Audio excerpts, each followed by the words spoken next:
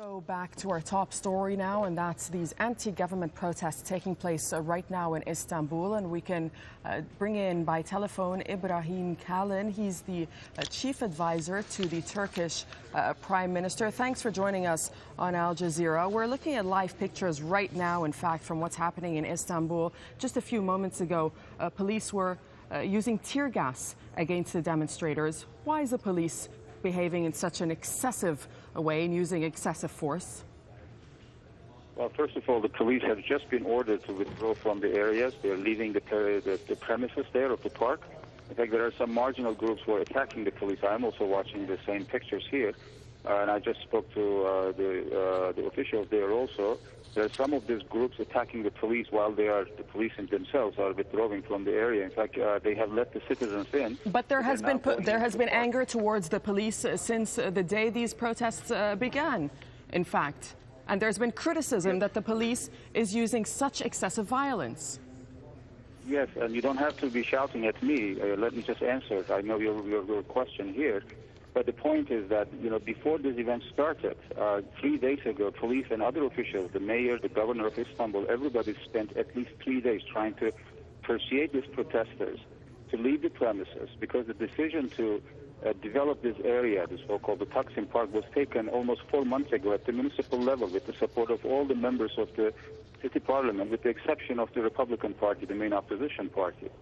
And they started working on this, and what they did 2 days ago was to remove some of the trees from the premises to other areas. So there was no cutting of the trees, but in fact they were removing them and moving them to other places.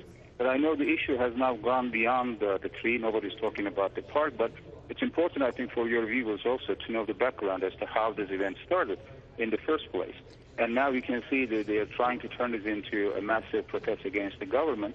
Of course, they're entitled. Right, because there is, in fact, Mr. Kalin, a growing wave of discontent among the protesters. They say that they're unhappy with the increasingly authoritarian rule by the AK party, including, as we've seen in the past couple of weeks, the tightening of restrictions, for example, on alcohol, as well as warnings against public displays of affection. So this has just been building up. Yes, in fact, you have to look at this case by case. If you look at the alcohol ban law, in fact, there is no banning of alcohol in Turkey. What this new law introduces are the international standards. You go anywhere in the world, any developed country, from London, UK to the United States, anywhere in the world, there are restrictions on the use and purchase of alcohol. After certain hours, you cannot buy alcohol individually. Right. I don't want to focus on the alcohol. I was just using that as an example. It's really the authoritarian rule by the government that the protesters are very unhappy about. But let me just ask you, Sir, let me just ask you then, what will the government do right now? Will the government come out and offer any concessions? Erdogan did speak a few moments. Ma'am, you just raised an accusation against the government saying that you are becoming authoritarian because of the alcohol ban. This is an accusation that is put forward by the protesters and demonstrators. But let's just go back to the question. And if you can tell me what the government is going to do, what are the next steps the government is going to take to appease what's going on the streets? Let me answer your first question, because you put out the accusation there and you're not allowing me to answer that question.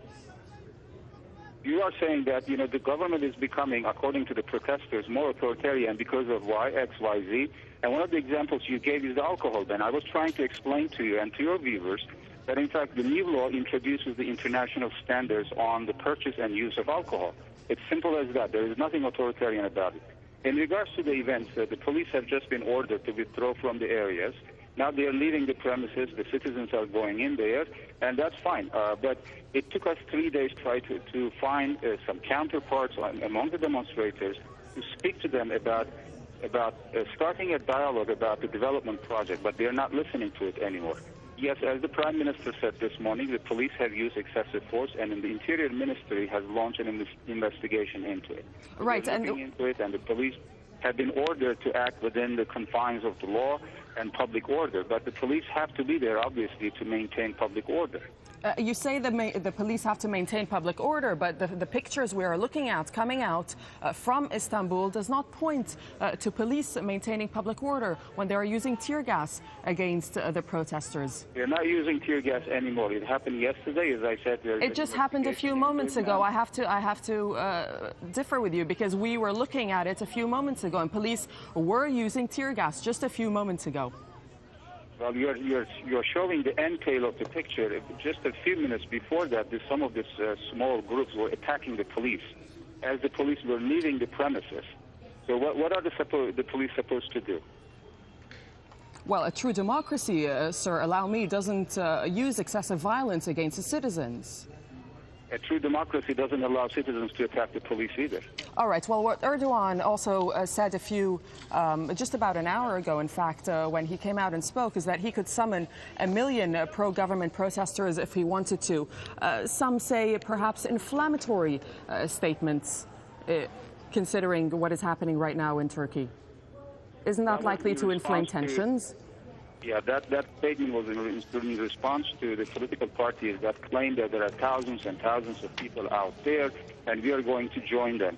Which one is inflammatory here? When you have a very fragile situation on the ground already, we are trying to contain the chaos on the streets and political parties acting in a very irresponsible way, trying to get the wind of these people on their side and trying to make a political gain.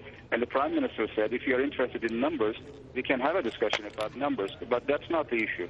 The basic issue here is people, individuals, protesters, other citizens are entitled to their rights to protest, to disagree with the government, but they have to do it within the confines of the public order.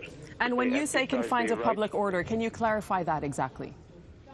They are entitled to have demonstrations in the designated areas as it happens everywhere in the world. You cannot just have protests anywhere, any place, anytime you like. There are certain limits, certain permits you have to get, and they have been allowed to do this. But unfortunately, yesterday, these things, got out of hand. But now they're restoring order there. As I said, the police have been ordered to leave the premises of the park. People are going to the park. They can protest there. They can stay there. That's fine. But as they're leaving, they're attacking the police, etc.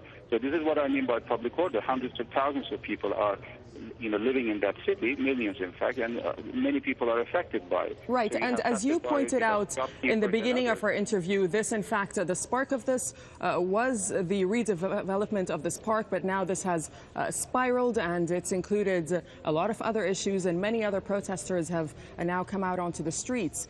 So what do you do next? If you are to hold dialogue with the protesters, how do you do so, considering that there are so many varied interests right now in these protests? Well, we have taken an important step as of now by ordering the police to withdraw from those areas, and this was their one single concrete demand, and that has been met now. And of course, if they have other political disagreements, they can certainly go to the polls, they can go to their political representatives, and they can disagree with government policies, but they can do it only, again, within the standard or within the standards of any democratic order, not by attacking the police or by attacking shops or occupying public property. All right, thank you very much. We'll leave it there. That's Ibrahim Kalin, the chief advisor to the Turkish Prime Minister, speaking to us from Turkey. Thank you.